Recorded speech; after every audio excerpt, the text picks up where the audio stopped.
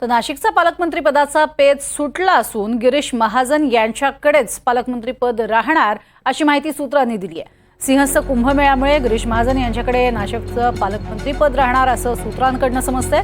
तर दुसरीकडे रायगडचा पालकमंत्रीपदाचा पेच अजूनही कायम आहे। तो एकनाथ शिंदे आणि अजित पवार यांनी एकत्र बसून सोडवावा असे आदेशच दिल्लीतून मिळालेत अशी माहिती सूत्रांकडून मिळतेय।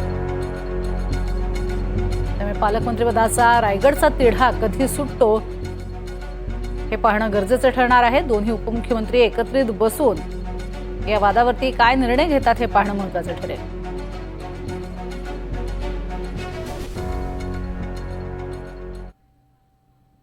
महाराष्ट्रातील आता मला वाटतं की वर्षभरामध्ये एक पालकमंत्री नेमावा। यावेळेस पहिला भाजपचा, दुसरा राष्ट्रवादी, रोटेशन पद्धत करावी आणि महाराष्ट्रामध्ये खो खो नावाचा खेळ येतो, तर तो खो खो खेळ महाराष्ट्रामध्ये या सगळ्यांनी शिकावा।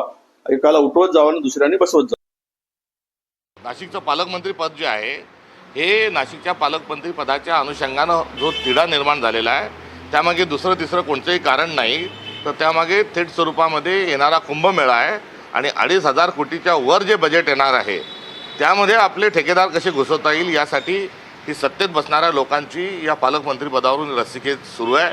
दुसरीकडे कुंभमेळ्याचा काल शेवट झाला आणि स्वातंत्र्यानंतरच्या संपूर्ण काळात कुंभमेळ्याला जे राजसत्ता धर्मसत्ता सोबत चालल्या पाहिजे हा जो प्रयत्न होता, कुंभमेळा हा इंग्रजांनी जेव्हा बंद केला स्वातंत्र्यापूर्वी तेव्हा पंडित जवाहरलाल नेहरूंनी डुबकी मारून एक सत्याग्रह केला आणि कुंभचं आपलं सांस्कृतिक जे स्थान आहे, आध्यात्मिक स्थान आहे ते अधोरेखित केलं।